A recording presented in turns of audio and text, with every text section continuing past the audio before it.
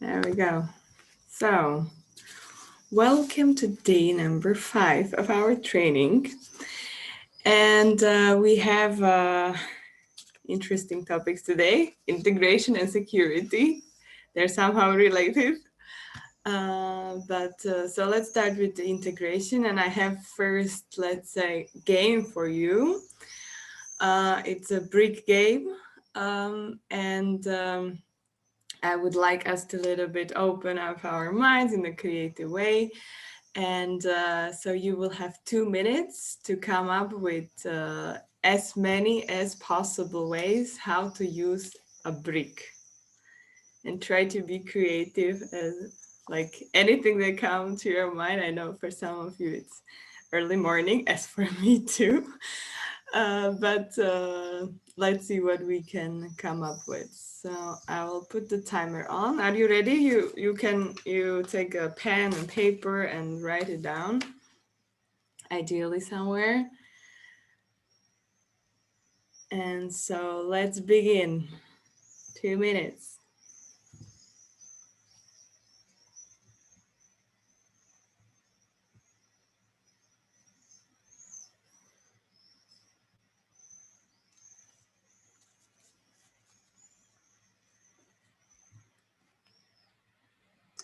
Maybe I think we're actually going to expand our vocabulary in English, all of us, when trying to think about new things. You can think in your own language also. If English is a big problem for you, so feel free to write. Show us the brick again, please. Big screen. There you go.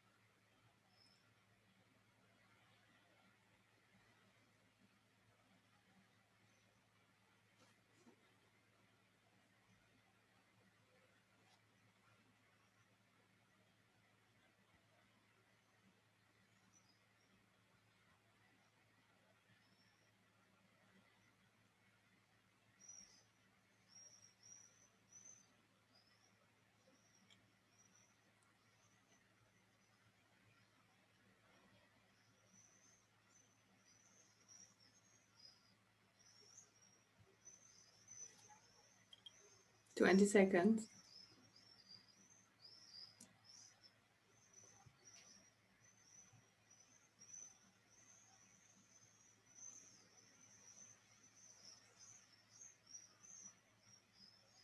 5, 4, 3, 2, 1.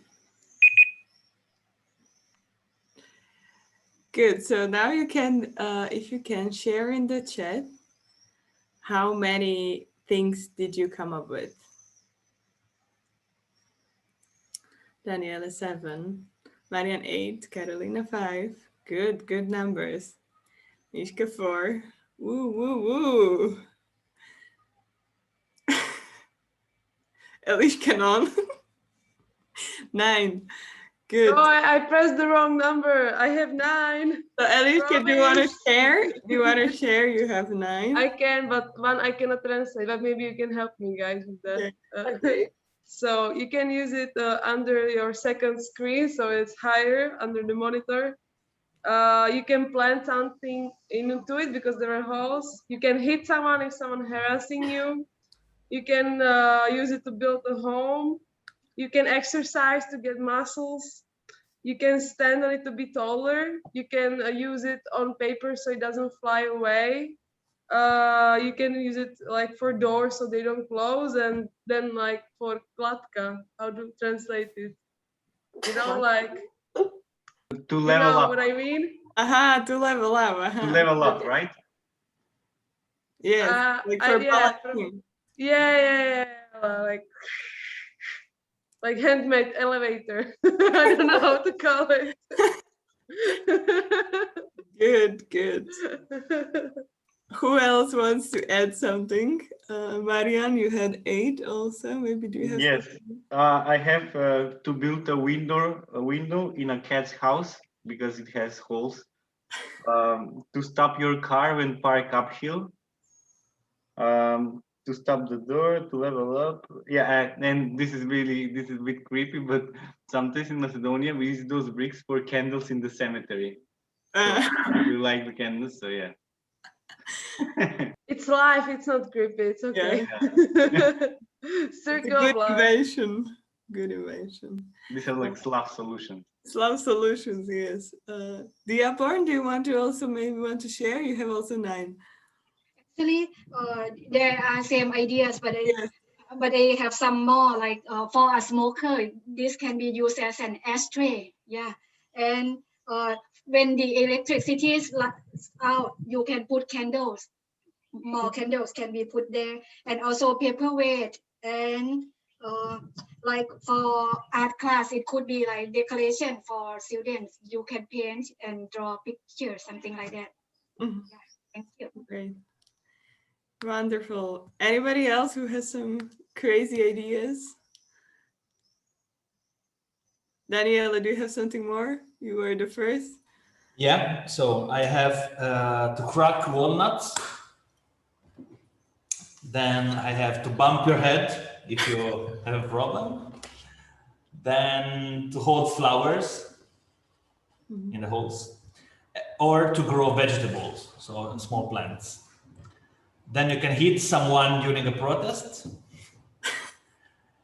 You can use as a ladder and then as for fitness. So that's already taken. Good. Wonderful. Anyone else who wants to have something?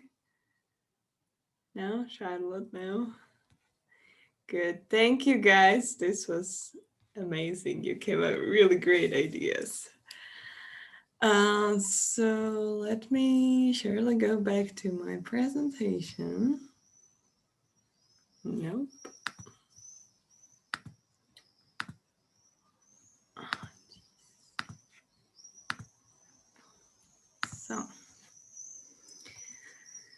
So I was thinking also like to how to make it, because I like metaphors. So sometimes I think also volunteers are like kind of bricks that you need to find ways how to integrate them, and find the sometimes even ways how to put them in the existing system of your organization, of the city, of the country, etc. that already exists.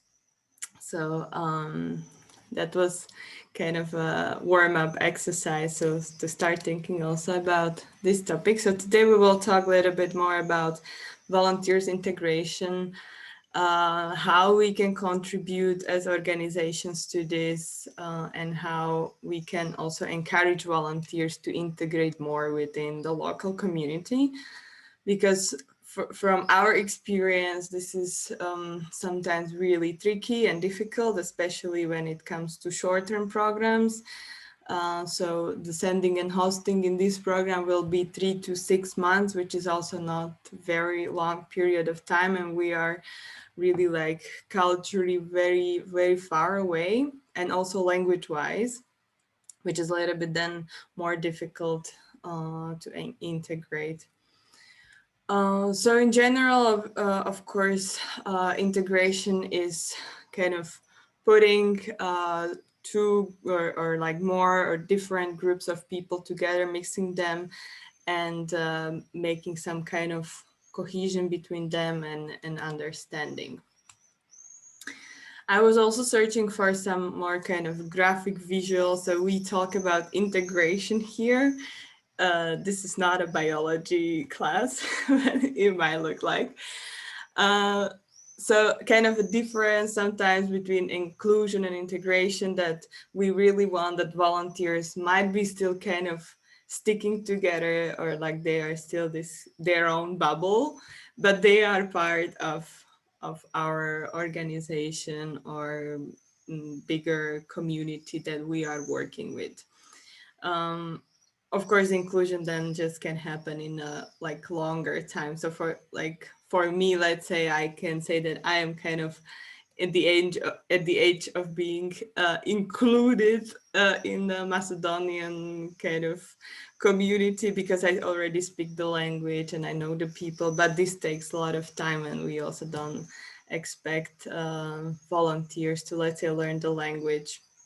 So for example, for me, it was much easier because I went to North Macedonia, where the language is the Slavic language. So I could from the beginning pick up something. Or like if we are sending volunteers to countries like Italy or Germany or France, not to talk about Czech Republic, that's like second home. But those, like, already when they speak the language, the integration can happen obviously much faster. But in our case, we still want them to be part of a bigger community. So let's see, I was thinking also like how to put this, and when we actually need to think about the integration. And it might seem that it's like, I mean, of course, it's the most intensive during the project itself, but we need to ideally think about integration at every stage of the project. This applies both for the sending and for hosting organization. And so we really need to kind of have it somewhere in some kind in the background of our thinking, like how the volunteer can be really integrated or like full part of the project itself and the organization. So already before the activity, when we will do the interviews and we will do the selection process, we also should maybe consider what are the characteristics of the volunteer that we are looking for, and who can be a good fit for our team, existing team, or our organization in general. And then with this might be that in the later stage, it can be easier. I mean, here at the selection process, as we were talking about this, we will share some templates and some maybe also questions to ask, which might help. It's not always so easy to kind of estimate everything. And even sometimes what we were saying, that you can use a personality test, not only with like mentor matching, we were talking about personality tests, but also in the selection process, you can use personality tests, and it can give you at least some more hints about where the person is and how she or he can be a fit for the organization that you are maybe also coordinating, if you know them better. I'm just thinking now that I can also share with you one more thing, which is like value test. And I think it's really nice. You pick kind of different values, and it gives you like kind of personality profile. It's not a regular personality test, but it's more about the values, which I think it can give a lot to tell about the person, and then how the organization works.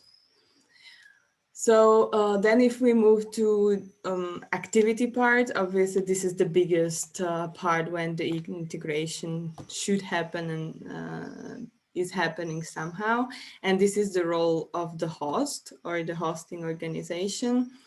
So we were talking also when I was presenting a little bit about the feedback. So there is, and this is taken from the European guide. So task related, this is that we should offer the volunteer the opportunity to carry out well-defined set of tasks, and allowing some of the volunteers' ideas, creativity, and experience to be integrated.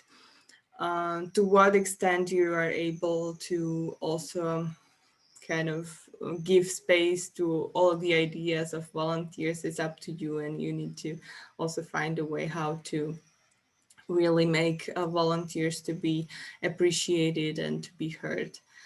And on the personal level, mostly we were talking in this part at the mentoring stage or a buddy system, that we should provide opportunities for the volunteers to integrate in the local community, meet people, and not to be ideally in their international bubble.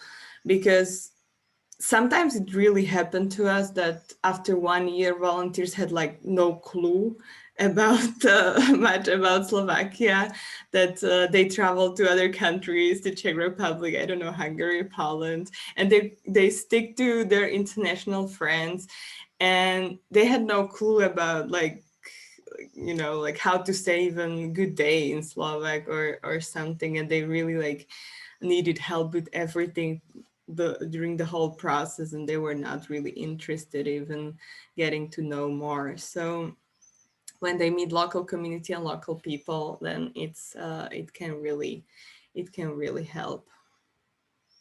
Rosica is just joining us. Yeah, so this also depends on a volunteer himself and herself. I mean, you cannot really force people to integrate if they don't want to, and that's also good to kind of just accept that. Yeah, Ladiška is saying that also Czech people are not really welcoming the foreigners. I think this is a case also in Slovakia in some way, because but I think this is also maybe good for the host organization or for coordinating organizations. If you organize this kind of on-arrival training or on-arrival meeting, that you also tell them that this is how it maybe looks at the beginning, and that they should not be scared that like people might appear grumpy. I think we had it also in our first warm-up exercise, that also in Slovakia, I think, as Eliška is saying, in Czech Republic, people appear grumpy and they're not so welcoming to foreigners. But I think once they kind of bond in some way, if that's possible, then it can work. If that's possible, I If like that's that you possible. mentioned. Yeah. Yeah. I'm sorry, I don't want to interrupt you very much. I just wanted to say that, yeah, it's very difficult because even the volunteers, they try to speak some words in the supermarket or in the pub, and the people, they are like, what did you say? You don't speak properly, you know. I'm always ashamed of this mindset of the local people, but it is like this. So to their defense only, I just wanted to add this. Yeah, sure. No, it's good. Thank you. No, I didn't want to. I mean, I hope I didn't sound like that they are not trying, but yeah, it can be like both ways, and we cannot change the whole society and our country, but it's good to also prepare them. Like, okay, guys, this is what will be happening, and then we are trying to create this more like alumni community where people are really like more internationally exposed, or they have international experience, so they know. Also, a lot of countries, including if we talk also about our country, Slovakia, Czech Republic, I'm not sure about Italy or France. I know that North Macedonia, they speak English, but in Slovakia and Czech Republic, a lot of people don't speak English. And it's really difficult to approach them also in other language.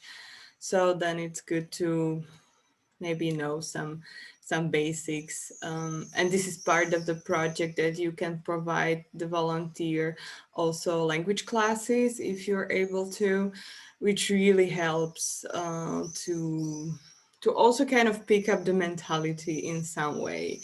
I mean, if they can not only learn like basics, but I mean the basics in the way that like 2-3 words, but at least kind of to achieve some beginners level, then it's really good to kind of understand what the whole kind of society, how the society works in a country. And at least for me, it was really like it opened a lot of doors in a way that I started to understand that maybe people are not rude, they are maybe just sarcastic, or like so like to understand what is behind that also. So that really depends.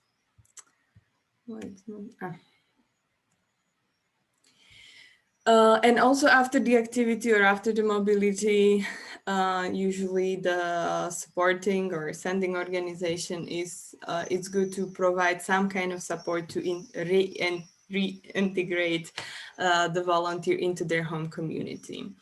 I have to admit that we don't really, or we haven't worked so much on this. We were trying to include people more like to be mentors or to kind of stay in touch, or if we knew about something that there was some open call or vacancy that they could be a good fit, that we would tell them about that. But sometime like a couple of months ago, we really started to like work a little bit more intensively on this alumni community, and we are also resharing. For now they have only like Facebook group, they're like interacting there, and we reshare also there weekly some opportunities, maybe for the jobs in the nonprofits or the Ministry of Education or something related that might be of their interest. This is also good from financial point of view. We were also discussing this, that it might be helpful if you keep in touch with the volunteers, and for example they start working in some corporation or in some company, and then if there are some granting schemes that are supporting nonprofits, maybe this could be the way how you can also finance your organization with the help of people that you already sent to different projects. So it can be like a bigger system thinking. Good. So there are different things that can be helpful, how to kind of enhance the integration of your volunteers. We were talking about finding a good mentor or a buddy or somebody who can really be their friend. Also maybe, so then the relationship between mentor and volunteer, also coordinator, can be a really good kind of integration point for the volunteer. Depends also if there are activities with the local community, and how much do they interact with the local community. For example, when we were hosting in Mladin for Slovensko, a lot of times volunteers will work in the office, and then once in 2 weeks, or sometimes it would happen just like once in a month, they would go to school to present about volunteering opportunities. So the kind of occasions for meeting local community were not so often, and that's maybe created also sometimes a feeling that they are just like together kind of working online, and then sometimes going to school and seeing real Slovak students. So this really depends, and it's good if you have also local community involved. From my experience also, when I was in Mladin for International as a volunteer, we had a program which started with Peace Corps, and then I kind of continued with that with the local kids, and that gave me really like feeling, okay, I am really helping the local community and not only kind of contributing to this international website. So that can also be a good way. Then also it's good to include volunteers in your team meetings, if possible. I mean, in some, not all of them, but sometimes it's good that they are present. If you can also, like, if it's not a problem for everybody to, I don't know, speak English, or if you don't really kind of consult confidential things, but at least to have some small meetings with them, which are like team meetings, it's good for them and their mental health, maybe. Then, as I said, alumni community can help in this. And we were discussing also about living in hosting families. This can be really intense integration.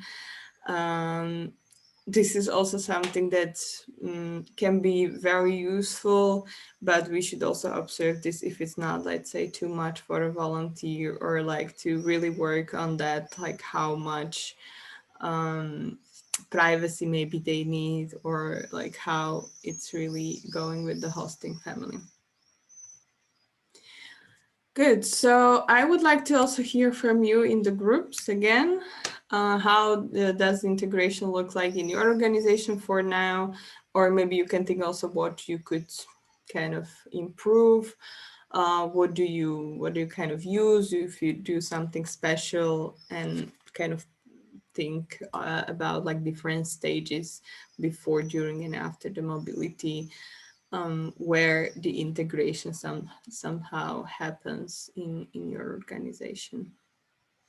Yeah, sounds good. Let's do this. Perfect. I will share the Jamboard link. Did you manage? Yeah, I see some post-its here.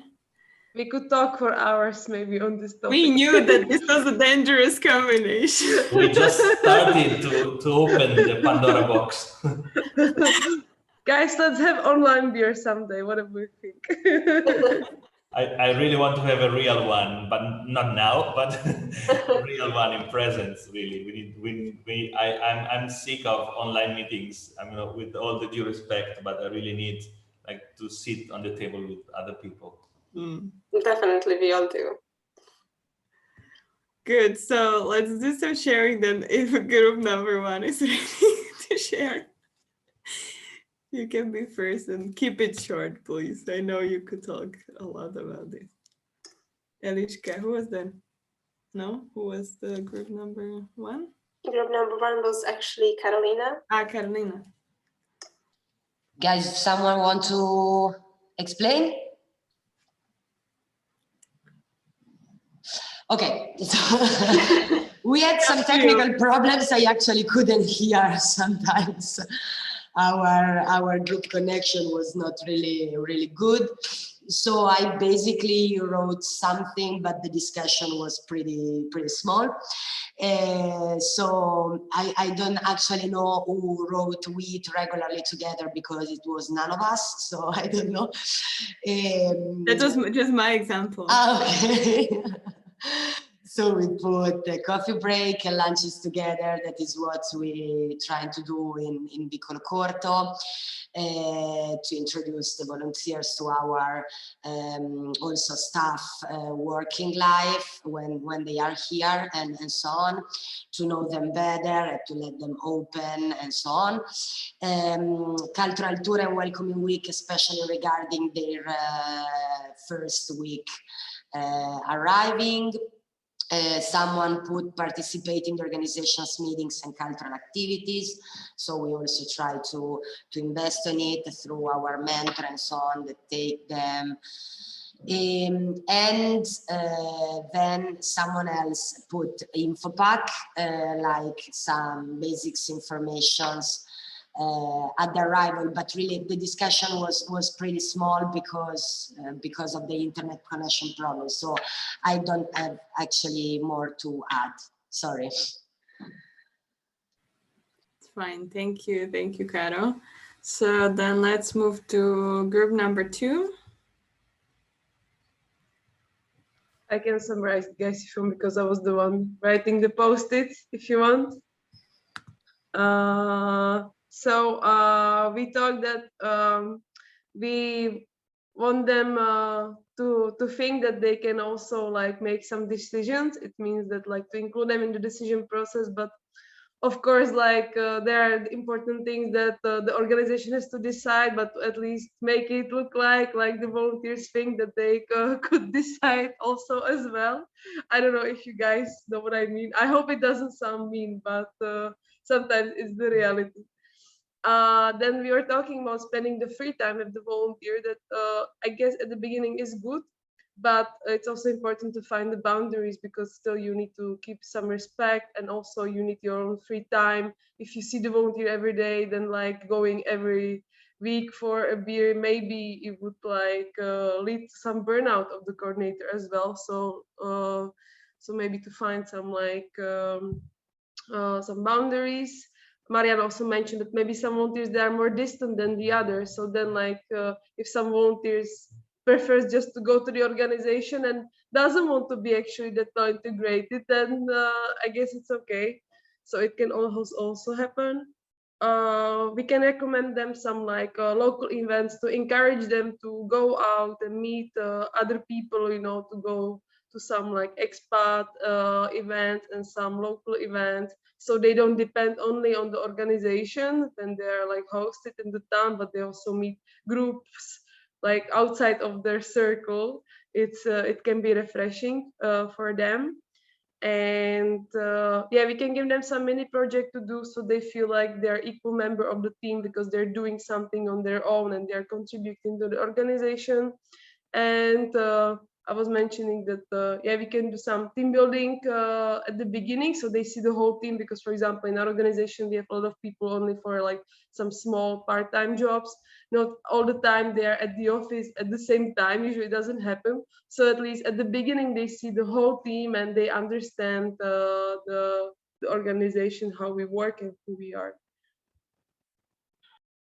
Guys, if you want to add something from my group, feel free.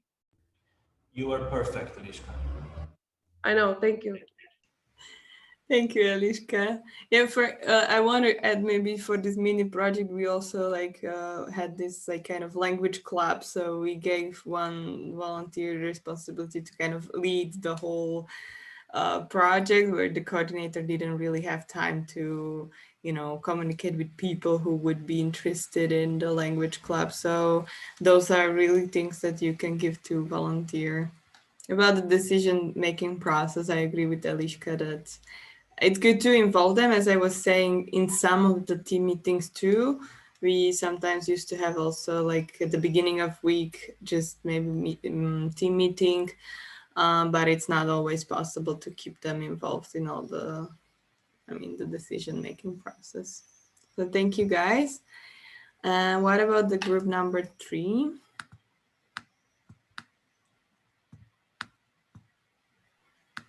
Do you want me to start, Charlotte, and Japan? It's okay. So, more or less, yes, we spoke almost some of the same things that you already mentioned. The opponent said that they are connecting the volunteers through various events, that they have some kind of traditional events where the people are dressing in their local costumes, like fairs and similar. Also non-formal time or hanging out and spending time with the volunteer after work, and spending the free time out of the working hours, let's say working days, maybe even weekends, for visiting and spending time with the volunteer, visiting some cultural sightseeing in the town. So something interesting that Charlotte mentioned is what happens after the mobility in their organization. Because to be honest, we don't have, I believe that we have only the evaluation thing, and that more or less that is the what is happening after the mobility. However, these are having some kind of after the volunteering, after the mobility training, where the volunteer can share and valorize their experience. Correct me if I'm wrong, Charlotte. No, it's perfect. Yeah. So more or less, all the other stuff, the stuff that you already mentioned, like welcoming manual, info packs, we discussed it also. I would say also it depends on the mentality of the people in the country, because in Macedonia, I believe that all of the staff will be friendly. Each week, some of the staff members will invite you to some social events out of the work. So it really also depends of the mentality of the people, I believe.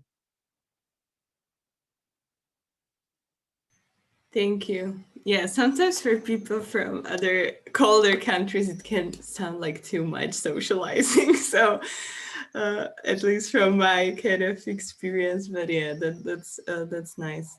And I also like definitely encourage to, if possible, to find good mentor that is a good match, because this can really help the organization to cut on the spending the free time with volunteers on beers or any other events. From my experience, one of our colleagues in Ladinfo International, when she became my friend and kind of, a mentor. She took me even to their place. I know her family for like holidays and stuff. So that also was really nice to be part of the local family for even like bigger occasions like Easter or something like that. So thank you guys very much for your sharing. And I have last kind of, I hope it will be fun game to play, and I need 2 people who will play volunteers in this game. So who would like to be a volunteer now? Okay, so group number 1, Daniele, how did you feel in your group? I mean, I started very enthusiastic, and then I saw it was. Okay, you asked me how I felt. So I felt enthusiastic at the beginning, and then very frustrated when I saw people not paying attention to me, and I didn't realize very well what was the way of thinking of everyone, because I thought that some of them had different way of behaving, but generally they were not showing interest in what I was saying. So I started to completely switch topic and talk about bullshit, and I didn't have any reaction. And then it was not pleasant feeling.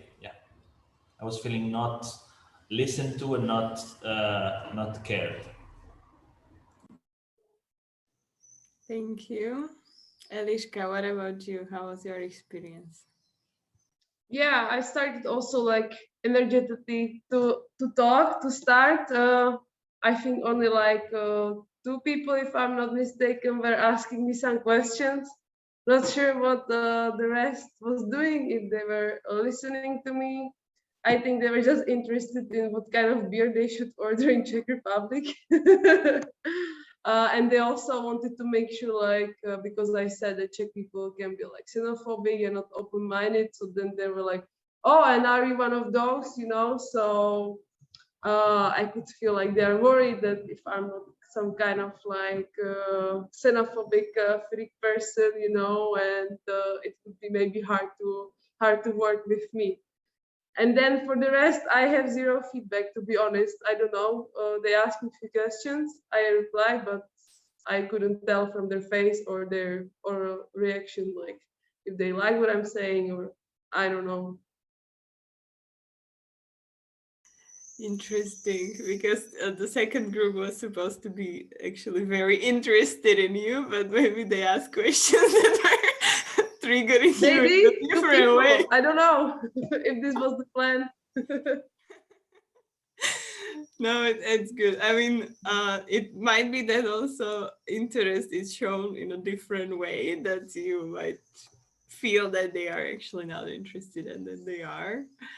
But good. I mean, the point was here to kind of feel the opposite when a group is like really ignoring you or not interested in what you're saying, or even hating what you're saying and kind of being judgmental about things, like about your country or where you come from. And the other group was supposed to be very interested in what's going on and what's going on with you.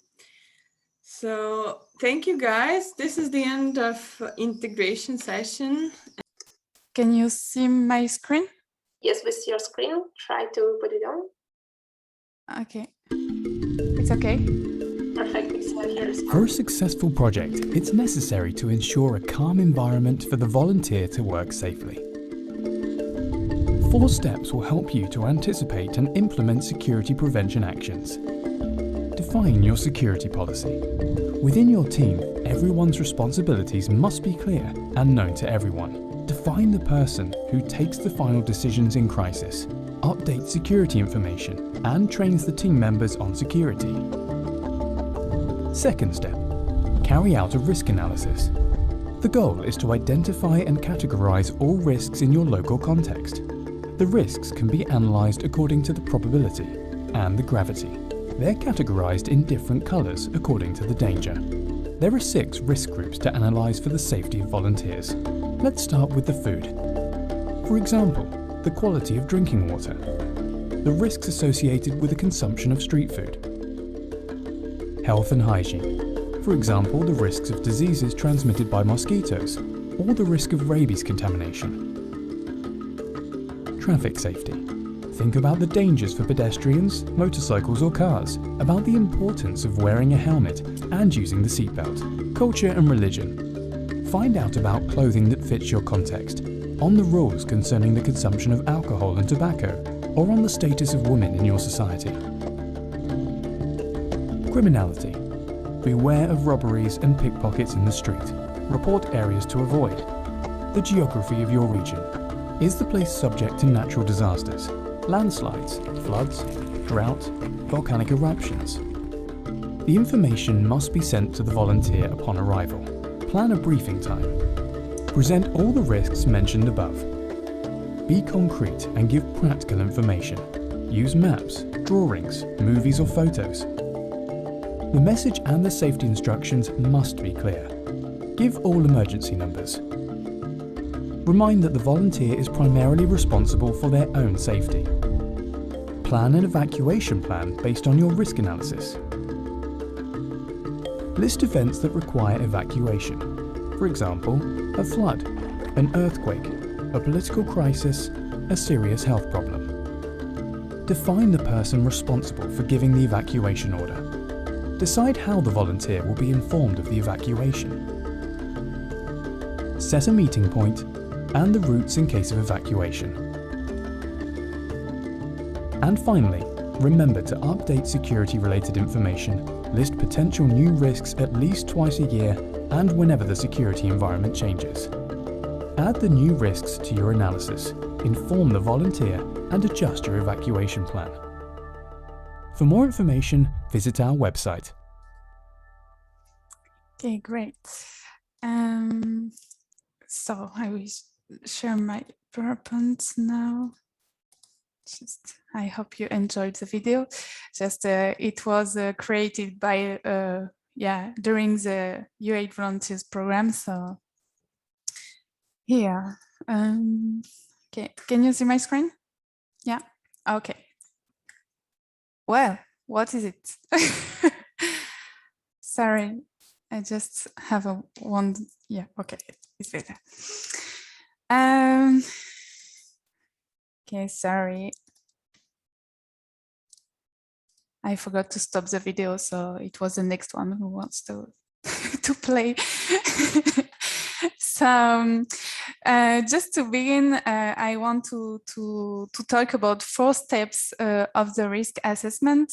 So we will talk about these 4 steps during all the modules. So I just identify you 4 steps, and just we will go deeper than that just after.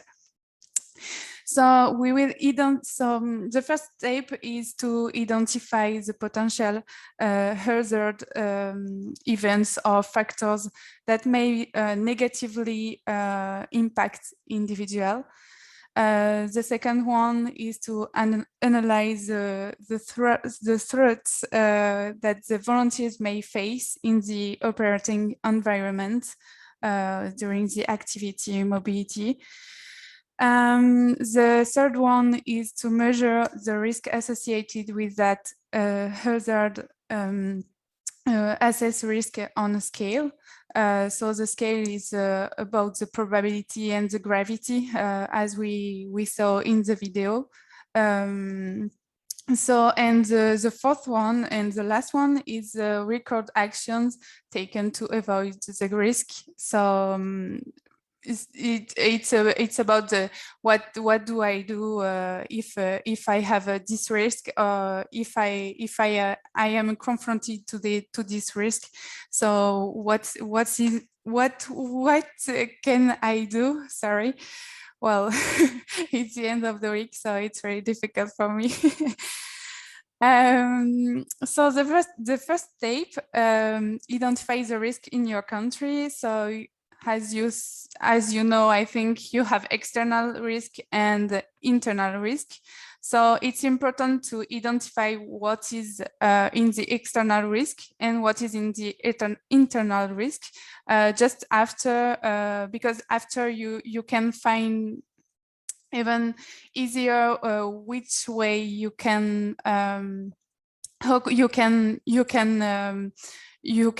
do, what can you do if you have this risk in front of you. And just yeah, external risk, it's either like a political crisis or just instability, economic crisis, for example, or just it can be also natural disasters, or just some conflict or violence for a protest, for example. And the internal risk will be, for example, about the profile of staff in the organization. So sometimes it's about the gender composition, or just an experience levels, etc. It can be and sometimes following the country can be a little bit difficult for some volunteers. And also activities that the organization is undertaking, of course, and locations where staff are deployed to, of course. So it can be internal risk. Some just it's important to identify the risk in your country, and it's the first step.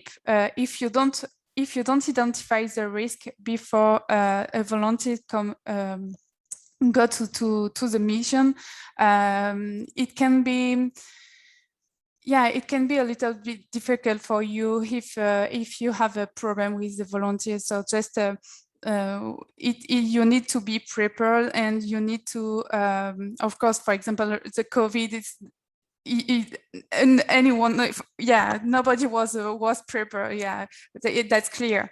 But if you can, as many as possible, it's just very important to identify the risk in your country or in the hosting country. Some just for a little bit, yeah, to share a little bit, we can go to Jamboard. So I will share the link, and just to tell me what are the risks in your country. So just if you can create a post-it or a note with your name and the country where you are from, and just to add your post-it on the right pictures following your country, the risk countries. Is it clear? Yeah. Okay. Thank you. Okay, I will share. You can share the screen so we can see all what's happening. Yeah. Here.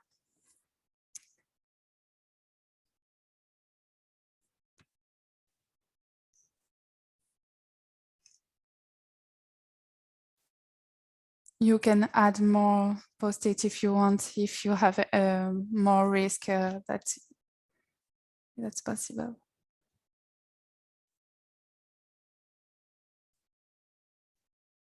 Okay.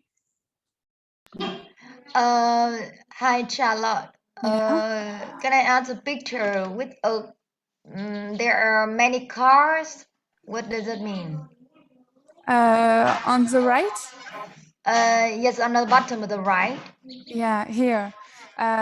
It's a natural disaster. Natural disaster. And the picture with the girl with the motorbike and the helmet on. So what does that mean? Yeah, it's just about the security. If you need to wear a helmet or not during when you have a motorbike. Okay, I understand. Thank you so much. You're welcome. Yeah, maybe it's not so clear for everyone. Can I ask you, what about the girl with the dog? Yeah, it's about the rage. You know? About what? Sorry? Rage. This is that some dogs. Rage. Okay. Yeah, okay, rage. okay. Yeah.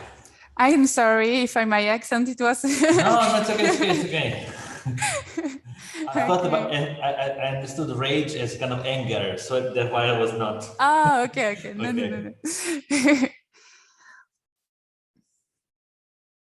Okay.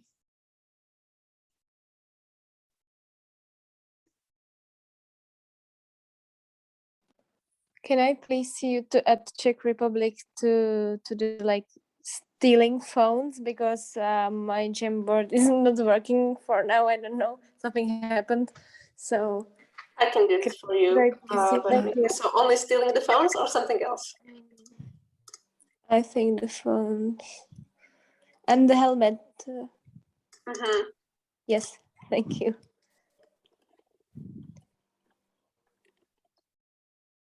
Yeah. Okay. Okay.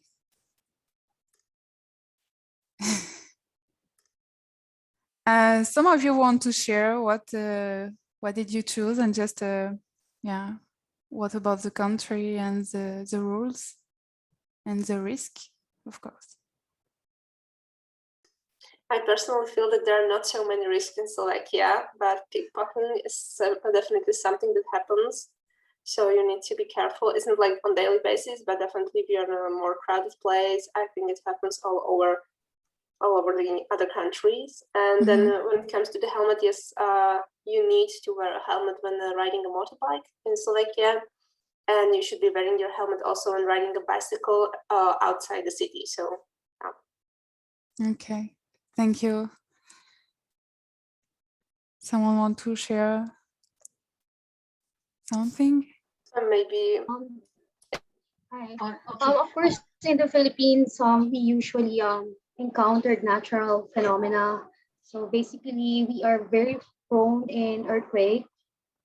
Okay, so every time there's actually typhoon or earthquake, we have this kind of news. That's normal to our living. Okay, thank you. Yes, in Thailand, I posted two problems like street dogs. When you walk along the street, you got to be careful of stray dogs. You might be bitten sometimes if you are not care enough. Yeah, and also ladies with helmet in Thailand, road accidents happen and may cause because of people don't wear helmets regularly. So that's a kind of big problem in Thailand. Thank you. Okay, thank you. Thank you for sharing. Sorry, I had to admit that when I was in Thailand, the dogs were really like everywhere, so it's a big problem. And we were also bitten by one dog, so we had to go to the hospital for vaccination. So yes, it's quite a big problem in Thailand. Yeah, something what you might know. I think in Cambodia too, because when I went to Cambodia, it was a problem for one of my friend, and it was very crazy because we had to run to the hospital just because he was bitten by a dog. It just yeah, it was complicated, but he's fine. Thank you for sharing. Okay, I will come back to my presentation, and I'm sorry for this. I changed. Okay, can you see my screen? Right? Yes. Okay. So the risk assessment, so you have some different level of risk, of course. So you say in Slovakia, I think you have a low risk maybe but it was about the pickpocket, or yeah, maybe it's moderate or high. It depends of the city, of course. It depends of the place. Just it's true that you have some different level of risk depending on on the situation and depending on the place, of course. But you have some low risk, of course, that's a normal security precaution. It's just a routine. You have a moderate level where and you have a high level of risk. Here it's an urgent or critical situation, and also you have a severe level of risk. So here it can be until death. Unfortunately, and just you need evacuation or just the emergency behavior just to take care of the volunteers. You just need to know that sometimes for the high level, it's you need also to take some disposition and just to take some decision about what to do about for the volunteers and just his safety. So it's important to have this level of risk just to when you identify the risk and just to put them in this scale and just to know where can I put this risk if, for example, for natural disaster following the place, it can be severe or it can be just low. In France, the natural disaster is really low. So I don't have Michaela. Actually, like my question was if there are like countries are sorted out, like if you have many countries you're sending to, if you can find an information in the call for volunteer, if it's like low risk country or high risk country, or you just say it directly to the volunteer when doing an interview with them. Yeah, I understand what you want to say, but just yeah. I think we will talk about that just after and just with the next one. Sure, sorry. No, it's okay. It's okay. Just I think with the case study also, it will be in the conversation and discussion. So, but it's a good point. Yeah. So, okay, my screen is free. Okay, Zoom is free. I'm sorry. Okay. So you have the risk matrix with the risk level, the level of risk. So the risk matrix, I don't know if you know this tool. Yeah, not really. You don't use it, maybe. You know that, but you don't use it. Exactly. Yeah. Okay. So yeah, it's very interesting to use that in a daily work. Just when we have a volunteers that going to I don't know, for example, in Brazil, in a village in Brazil. So you can do some identify the risk and just it's another way to put the risk in a scale. So it's just okay. You have of course you have severity or just you have a gravity of the gravity. And you have the probability what the risk will be there. So yeah, it's just to another way to put the risk in a scale and just to discuss in during a team meeting about that and just okay, what to do if the risk happens. What to do if it's moderate, okay, it's moderate and almost certain, okay. So we don't need to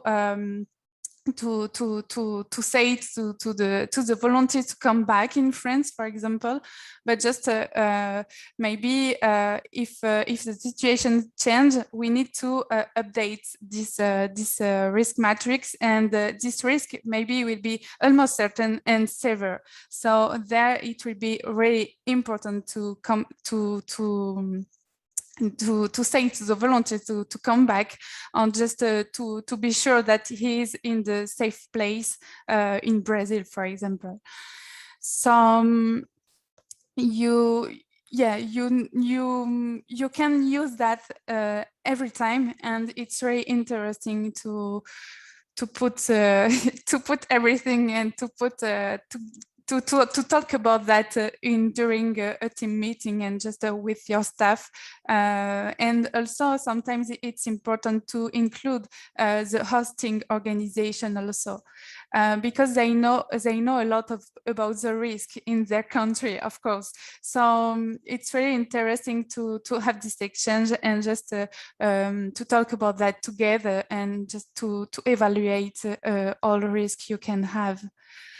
So yeah, we don't use it all the time, but just for some countries really interesting, because you have a lot of risk, but just yeah, it's very interesting to know what is the most I think the most important risk of each one. So each one is the most important, and yeah, to do a scale. So it's really interesting.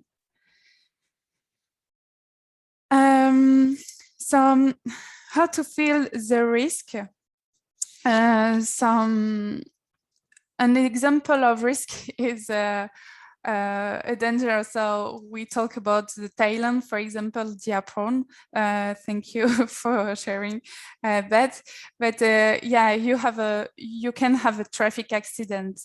The level of risk can be high, because you need to think about some things to avoid this risk, and just because if you don't, people can be just can pass away. So just it's really complicated in some countries, and just the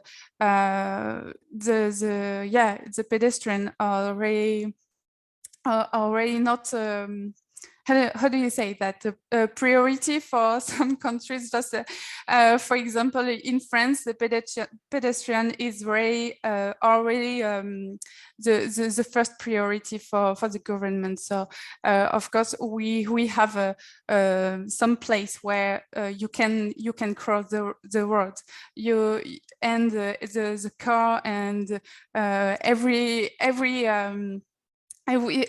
everyone can need to stop, and for the pedestrian. So it's like that. But I know for some countries, for example, it's not like that. It's more you are big, the bigger you are, the priority is for you. So if you have if you are a bus, for example, you can pass, but the pedestrian is not the priority. So it can be high, but just it depends of everyone, of course, and it depends also about the explanation that you give about that. So you can put that in another level between following your discussion with the team. So the risk, of course, is to be hit by a car, but so what do we need to do to avoid this risk? It's always check on the right and on the left before crossing. So this is the solution, if I can say that. But always look, even if it's a green light. It's very important. So yeah, it's an example, just to give you a small example that everyone can can understand, because everyone can be comforted to that to this risk. So another way to explain this risk is what case traffic accident. So what is the level of risk? So it's high. And what is so what happened? But you can be hit by a car. So and what action should taken to avoid the risk? So it will be checked before crossing.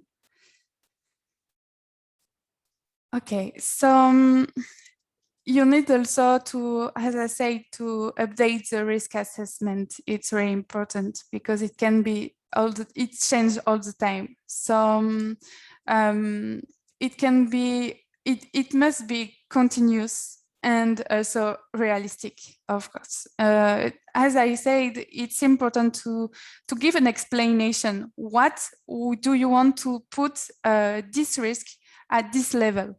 And it's it can change a bit following the organization, because you don't have the same explanation. But it's very important to understand why we put that there. Also, so the risk assessment is very important also for the staff, right?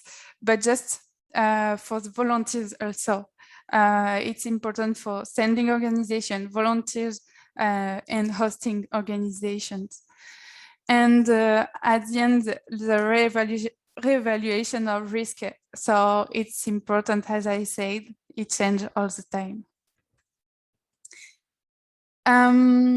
So other risk in hosting organization. So it can be the role of the woman, of course. It depends of the country, the sexual violence, political science situation, sorry, the religion, or terrorism also, or kidnapping, corruption, etc., etc., etc.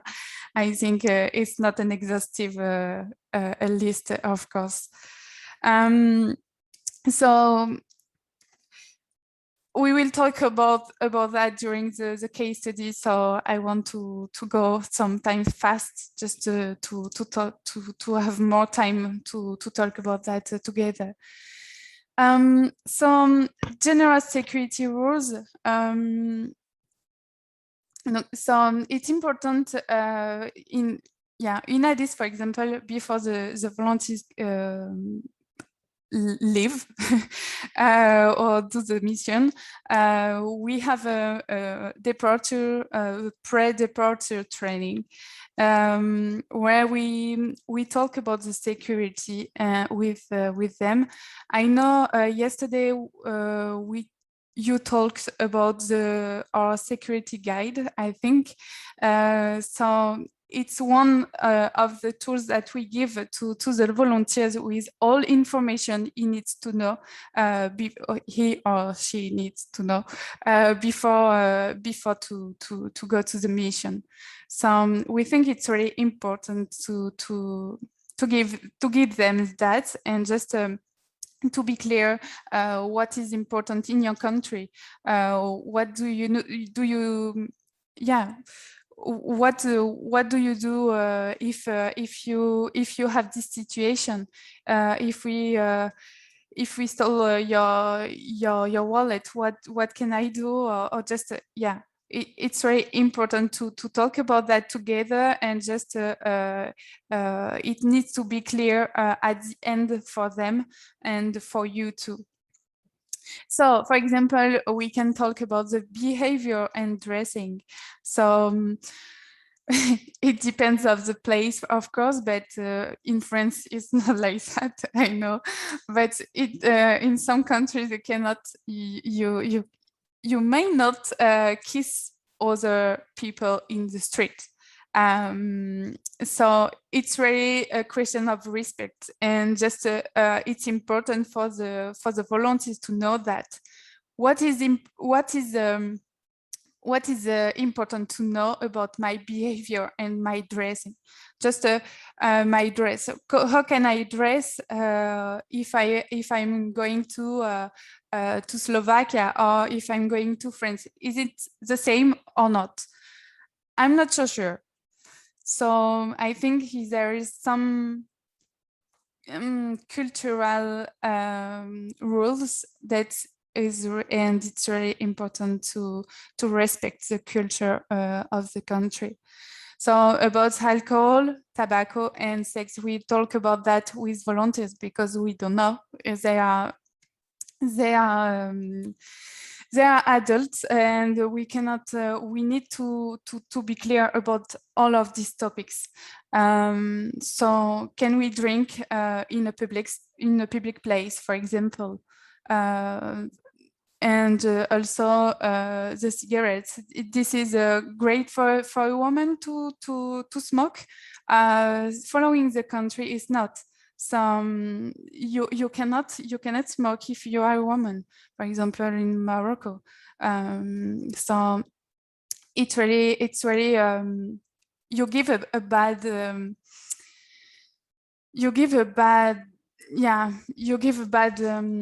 image about yourself, and just it can be difficult for you and for the volunteers after. So the communication with the local people also. So just as we say, it's just we have a different culture, so it's important to respect the person, and to respect what they say, to respect their accents, etc. So and also the traffic and criminality. Of course, we talk about that. For example, I gave you an example about what can I do if my wallet is stolen. I need to go. Where can I go? Or I need to go to the police, and after that, if I don't have my identity card or my passport, so I need to go to the embassy and just to ask for some paper, and just to come back after to come back to the country. So how to behave in a conflict situation, it's also discussed with them, and it's very important for the security. What can I do if I am in a conflict situation? I don't want to fight with the person, but I need to react, or just I need to to go away, and just to let the person just. We have some case studies with volunteers, etc. So it can be a way to talk about that, but just maybe we can. Do you have any way to talk about the security rules with the volunteers?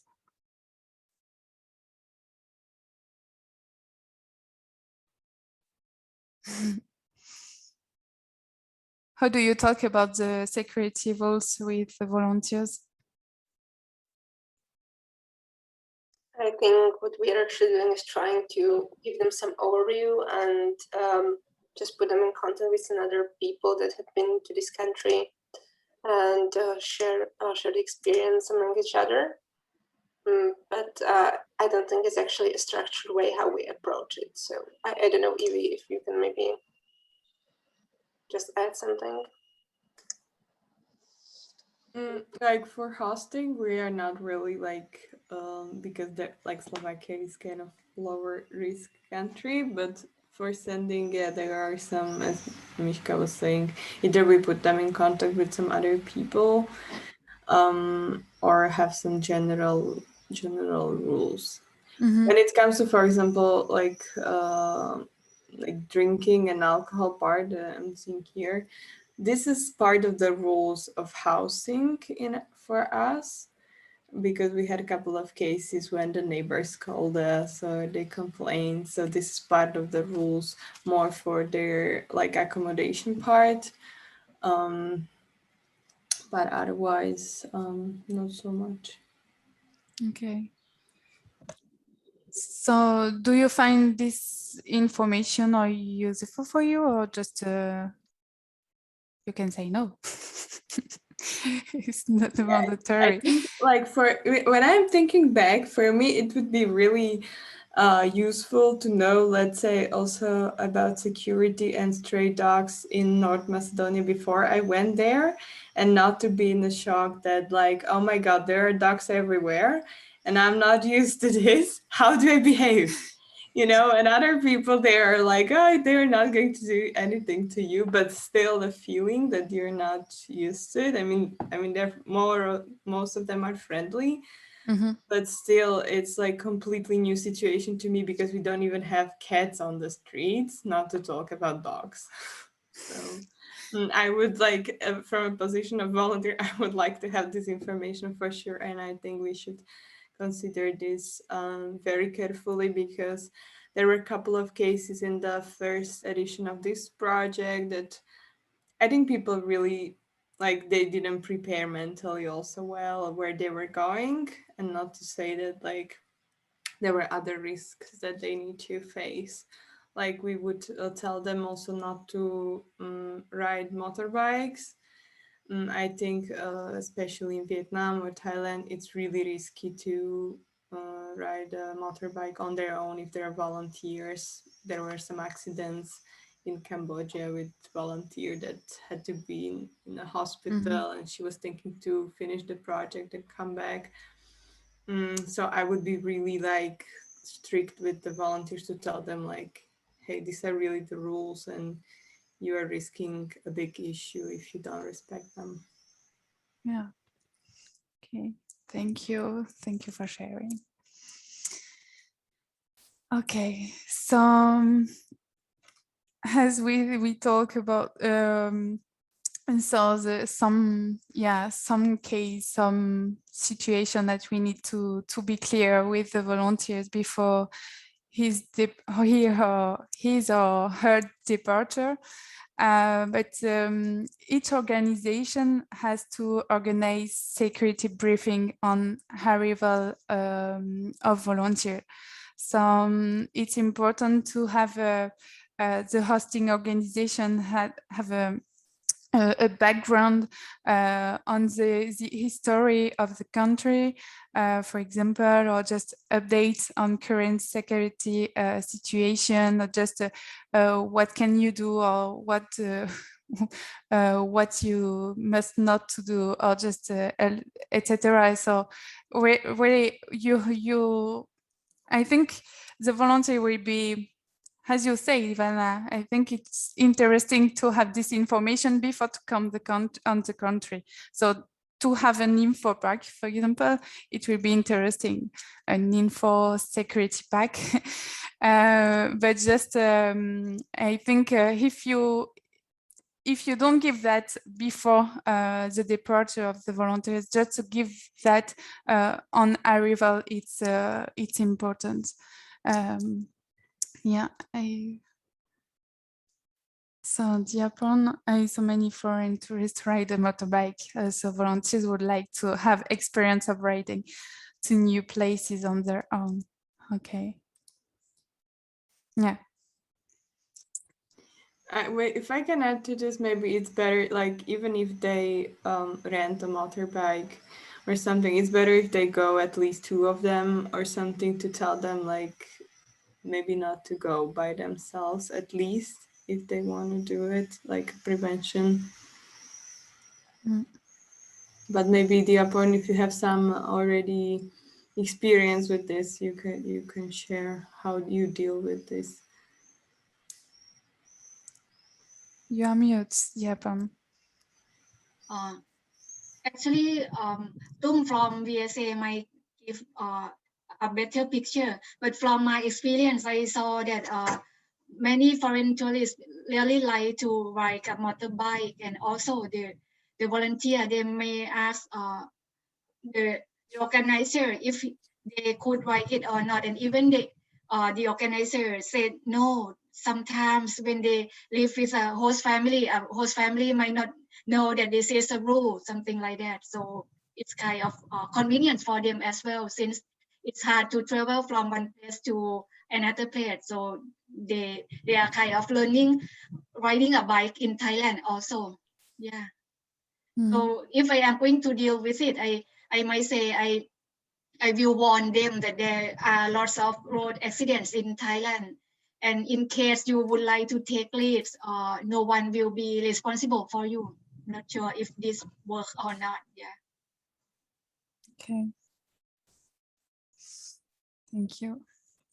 Yeah, I think this is a little bit tricky case. Like if like you can warn them, but at the same time, as if you will be supporting or hosting organization, like really, like when we had in the first edition, the girl was calling us crying. Then she had a mental breakdown because she didn't want to go to hospital at the same time, but she still was riding a bike a couple of times, even she didn't really know how to ride a bike. So that's that's the thing that we should take into consideration and really prepare them for this, and both sending and hosting, I think. Mm-hmm. Okay. Thank you. Okay, I'm going to the next slide because I feel time is fly. Okay. So some documents, some security documents are mandatory for the security of the volunteers and just also the staff. So the first one is the security management plan. So it's very important to ensure the safety and the security of hosting organizations, staff, and volunteers. So to provide this management plan is really interesting and also mandatory. Also, the risk assessment, it's, as we talked about just before, it's important to realize that, and just to know what are the risk in the country or in the hosting country. Also, the health and safety policy. So it's about what is the approach of the organization for the security, and also finally it's also set out general rules for security management. And at the end, the fourth security documents, is the evacuation plan. So if you have volunteers confronted to a risk, does he need to do, and just where he need to go, and just with who needs to be with him, and just you need to have a plan, and just in case of evacuation. So I think, for example, with COVID situation last year, it was pretty crazy because in Addis we didn't have an evacuation plan about that, about the COVID situation. We didn't have okay, in this country, is it safe to come back, or is it safe to stay in the country? And just okay, if it's safe to come back, what the volunteer need to do, and where he needs to go. Okay, he needs to go to the embassy and just to ask for example, to have a flight just to come back in France. So it's just it's an example for the COVID, but of course it can be another situation about natural disaster or about political instability, for example. But just it's important to have an evacuation plan, and the COVID, I think, give us a good example of the need of this of these documents. So for example, we have we give a sheet for every to the volunteers with just some information about what can you do if something happens. Who do you need to contact or to reach with if you have a problem?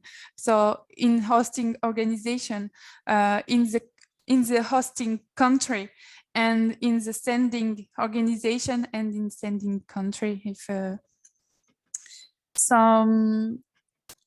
yeah.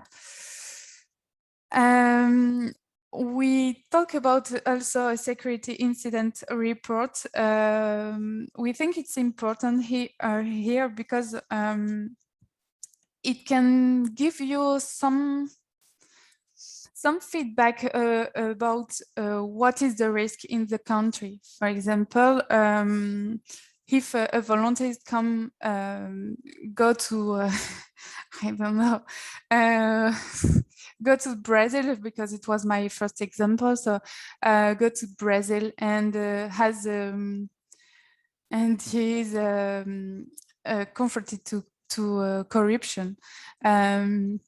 It can be really interesting to do a security incident report about okay, what did you do? What did you do about this risk? And what did it happen? And finally, what was the action taken about the risk, and just some recommendation. So what was the next steps after the incident reports, and and after that the volunteers was in a safety place. So just it's important to have this feedback and to have this notes for you to remember well what is also the incident, the security incident, and just maybe to update also the risk assessment. We think also that it's important to give, how do you say that, just, you know, you have how do you say that? Oh, well, I have I lost the word. You can saw the situation from far away. I don't know. I know there is a word that I don't remember. Just yeah, it's far away. So it's better, and you have a better view of the problem, of the situation, and just and you can take some maybe better decision about what to do during this risk, security risk. Okay, I see a comment. Yeah. I wanted to comment here on this embassy part, that if there is no particular, because I imagine there is no, for example, Slovak embassy somewhere. So I think it's possible to go to another country embassy. I think there were some cases also when, like, let's say people lost their passport or something happened, they were able, like British embassy was able to give some temporary document.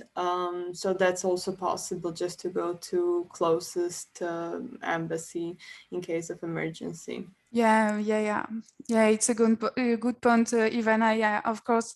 Yeah, you have during the pre-departure training, we talk about that with volunteers, just to give them more information about. Yeah, of course you can go to the embassy, and I'm sorry, I think I told you all the time ambassade, but it's in French.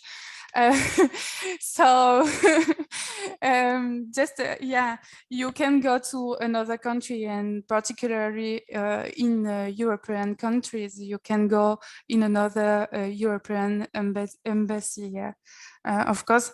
And for example, yeah, in Belgium we don't have a lot of embassy, and just when you go to another country, you can go in a French embassy if you want. So yeah, it depends of the country and of course the agreement that they have with other country, but just yeah, it can be, it's possible, of course. Thank you for these comments. Okay, my screen is freezing. Okay, evacuation of the volunteers. So an evacuation plan, so as I say, it's needed for the situation where the situation becomes too dangerous for the volunteers to continue the project. So finally, it's evacuate, okay, but just where, and just it's important to talk about that with hosting organization and sending organization and with the volunteers, just to be sure that we don't evacuate the volunteers in an unsafe place. And also it's about communication. So who is responsible for informing the evacuees and the volunteers, and methods of communication also, because sometimes if it's a natural disaster, for example, it can be complicated with internet connection. If you don't have electricity with natural disaster, it's very complicated. So yeah, what is the situation? That's why it's important to be clear with the hosting organization before the risk, because if, for example, this example, if it's a natural disaster, you don't have electricity, you cannot contact the volunteers, he cannot contact you, he cannot reach you with you. So what the hosting organization need to do and what the volunteers need to do, it's very important to be clear before that. And yeah, it gives you just a good example of why it's important to plan everything before the departure of the volunteers. So evacuation procedures. So inform sending organization, you need to inform volunteers, inform embassy if necessary, plan for evacuation, inform local authorities if necessary also. It depends really of the situation and the country also. Carry out evacuation, inform sending organization and other structures that were informed prior to evacuation when evacuation is complete, and write post-evacuation reports. Just okay. So the communication with volunteers is just to give you an example how what can be. It's an example of tool that you can use or just with information, important information that you need to keep in mind for sending volunteers and and for the security of the volunteers. So, for example, it's just okay. I need to keep the communication between the volunteers and host organization, but you need to know how often you need to keep this communication. So it's important to have at least, I think, one meeting with host organization and the volunteers, just to talk about the security, about everything, also the task, etc., but also the security. How do you feel in the country? How do you feel in the city? How do you feel in the organization? And just after to have some procedures of case, some procedures in case of no response of one of the volunteers or of host organization, or yeah, just to have a little list, a few elements about what to do if I have no news about the volunteers or host organization. It's just a simple table about what are the important elements to keep communication with volunteers, but just and also to ensure the security of the volunteers. But of course, it's an example, so it can be, maybe we can add some columns, maybe we can add some elements following the country, following the situation, following the sending organization, following your discussion with your staff. Okay. I talk about that, the important numbers. It's very important to give that to the volunteers before their departure.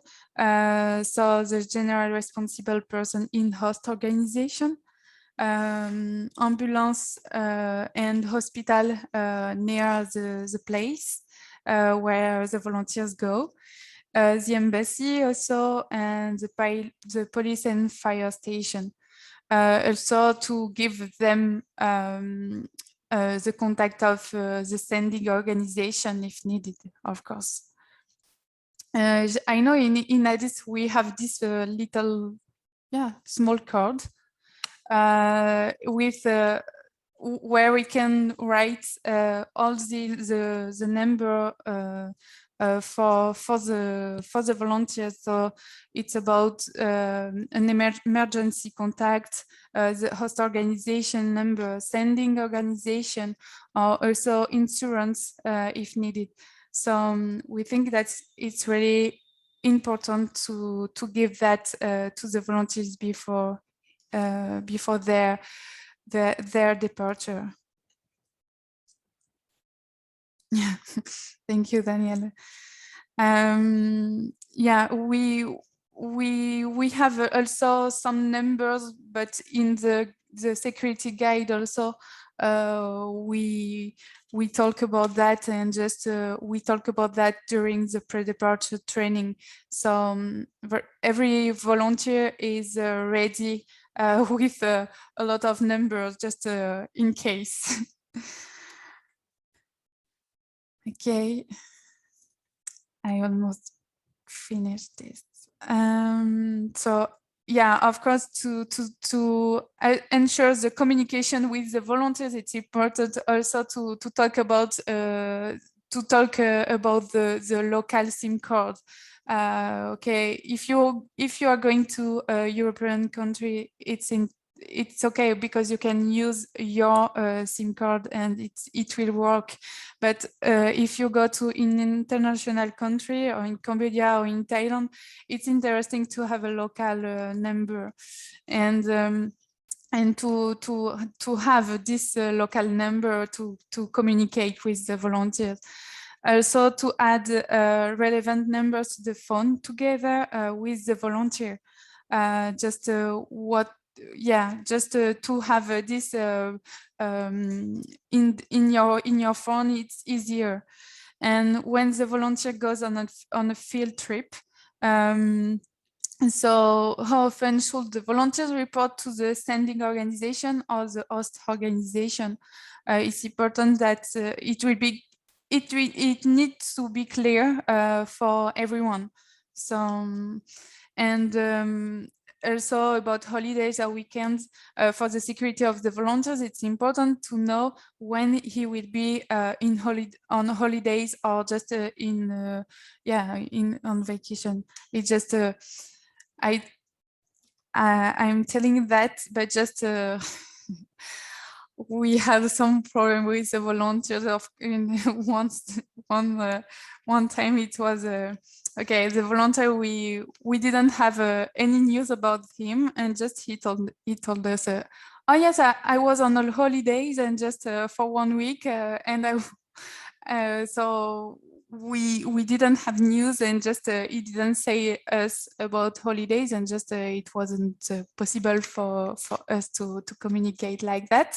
So it was a pretty crazy, but just I think he understood, because after he told us everything. So he sent us an email every time, and just to talk about what I did, what did I do, or just can I go there, and can I go there? Okay, it's not like that. We don't need a lot of details, but just we need to know if you leave the country or if you leave the city, and just to be sure, and just for your security, it's important. Okay, so who is the responsible? So as I said, make the list of important numbers and keep them updated. Keep them updated. So the final decision in all crisis situation, who is the responsible for this? Etc. etc. You have a lot of numbers that you can add, but I think it's important just to give a document for the volunteers, and just to have a document for you also. So okay, so I'm sorry, I was a little bit longer than. No problem, Charlotte. Really interesting information. Okay, so we are going to do the case studies. We have 3 case studies, and just one is the volunteers to get an electric shock from a high voltage cable. The second one is the volunteers are fighting each other, and the police must intervene and to separate them. And the last one is a natural disaster after a tropical cyclone. So you are going to talk about this case study, and just as a host organization, what do you do? So the first and the second case study, it's the same question. It's the type and target group, the impact, the recommendation for the future, and the next steps. And for the third one, it will be what is happening, so the safety information, advice, etc. And what are the effects, so individual, or for the organization, and for the environment, and what do you decide?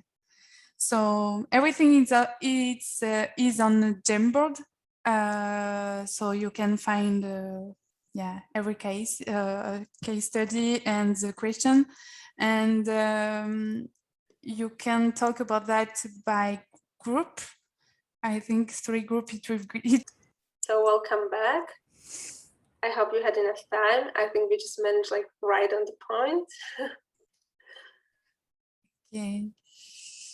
Okay, so I can share the screen if you want, Charlotte, for the groups. Yeah. And maybe we can just go through Jamboard and see what was your case study about. So case study number 1, the volunteer gets an electric shock from high voltage cable. Okay, so yeah. Great thing to do. Maybe we can go and see what were actually your answers. Who was in the group 1? Rosica, Veronica, and Pam. Okay. So guys, how would you solve the situation? Rosica? Yes, I can start. So first we were going through the slide by answering all of those questions. So we will classify this this type of situation as an accident. The volunteer is the victim here. For the person, we have like possibly potentially life-threatening condition or some health issues.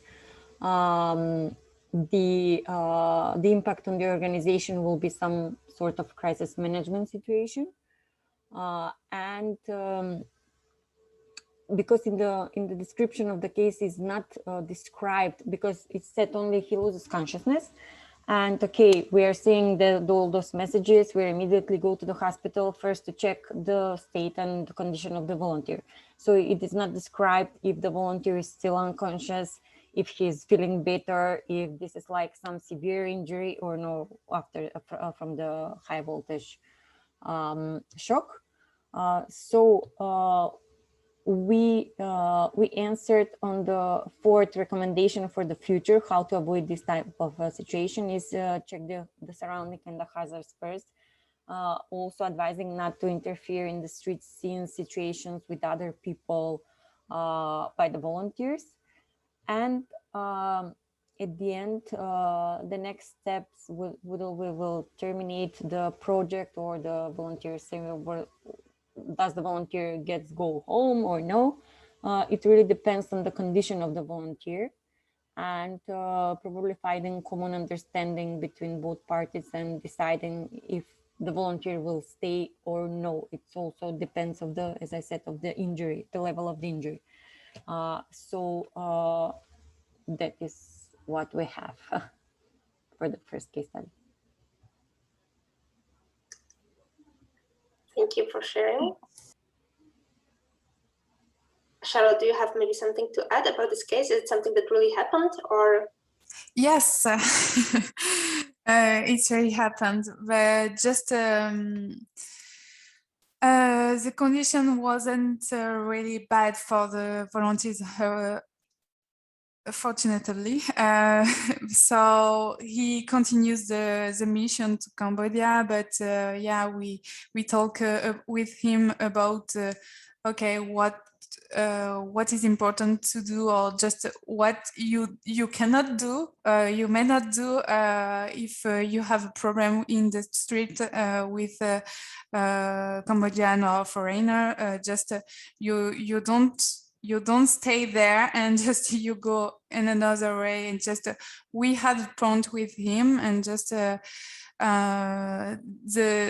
end of the mission was great, and everything was okay. But just yeah, it was a rare case, a rare case, and just yeah, it was a little bit crazy, because when we had the call, we were what how is the volunteer, because we didn't know the information in the first way. So it was a little bit scary for us, but just he was okay, so everything was great. Yeah. Okay, that's tricky situation, but maybe we can move to the second group, which was actually me, but I would like someone else from my group to present the case.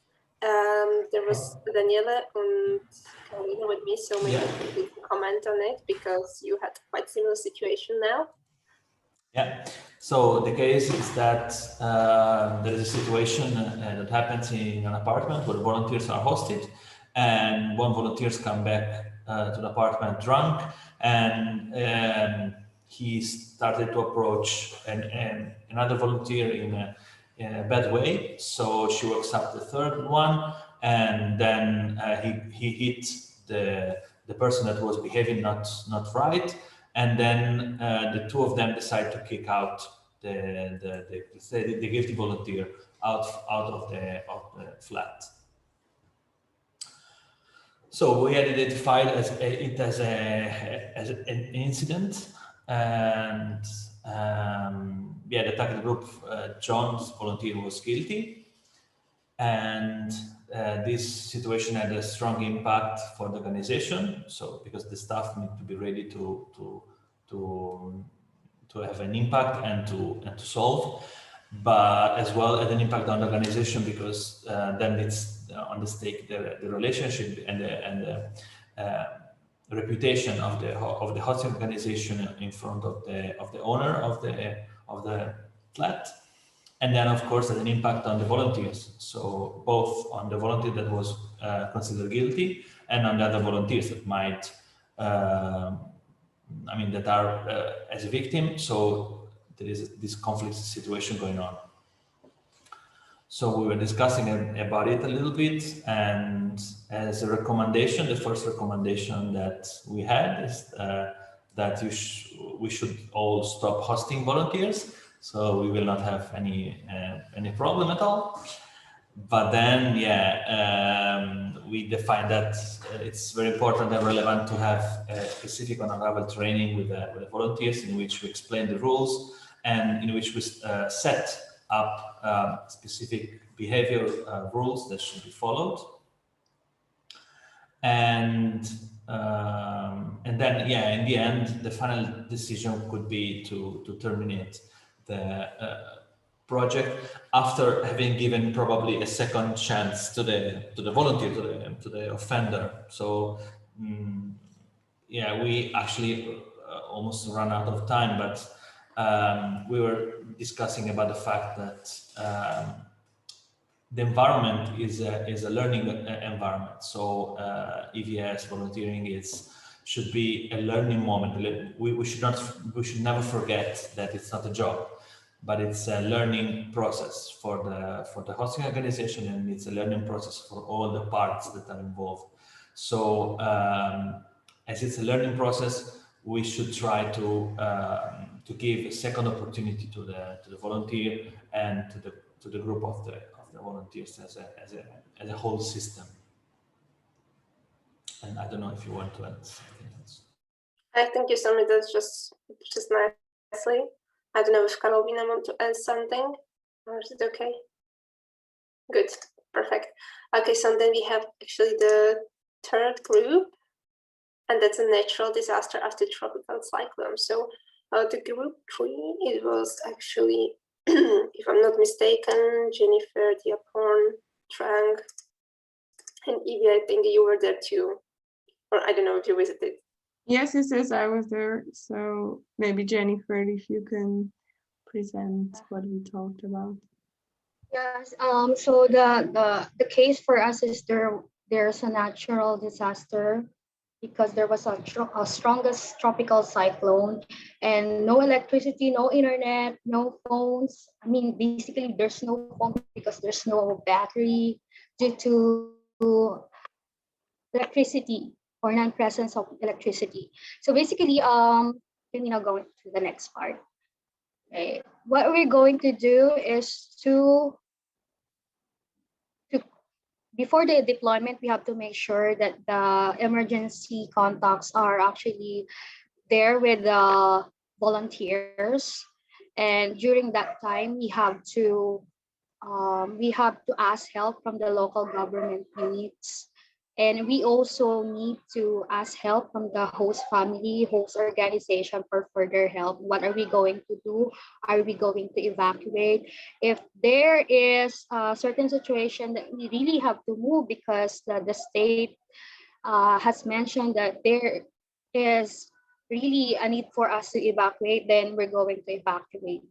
In terms of the continuity of the activities of the organization, we can definitely postpone it because we cannot intervene on that because that's a natural disaster, right? So our decision is to really evacuate if there's a decision of the state to evacuate.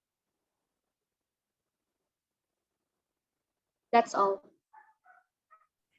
Okay, thank you. Do you guys want to add something else from your group? Or is that all? Okay. I think that's all, yeah. Jennifer summarized it. I was asking also like how how to do this, but mainly we came to the conclusion that it's mostly to rely on local government. That's how it is working in the case of this such a disaster. But usually in Asia they have floods and not really such an extreme situation as was here, but still floods are really often, especially in Philippines and Thailand. Because we have 4 seasons, and definitely from month of July, August, September, that's rainy seasons. And if we're going to look at the geographical map or location of the Philippines, it's beside the Asia Pacific, so it's very prone to tropical storms. And some of my members are also mentioning that they also experienced this flood. So so those are the months that we need to avoid, okay, from July, August, and September. Rainy days. Thank you. Okay, guys, I think that's actually it from Charlotte. Is it okay? Yeah, thank you very much for your participation.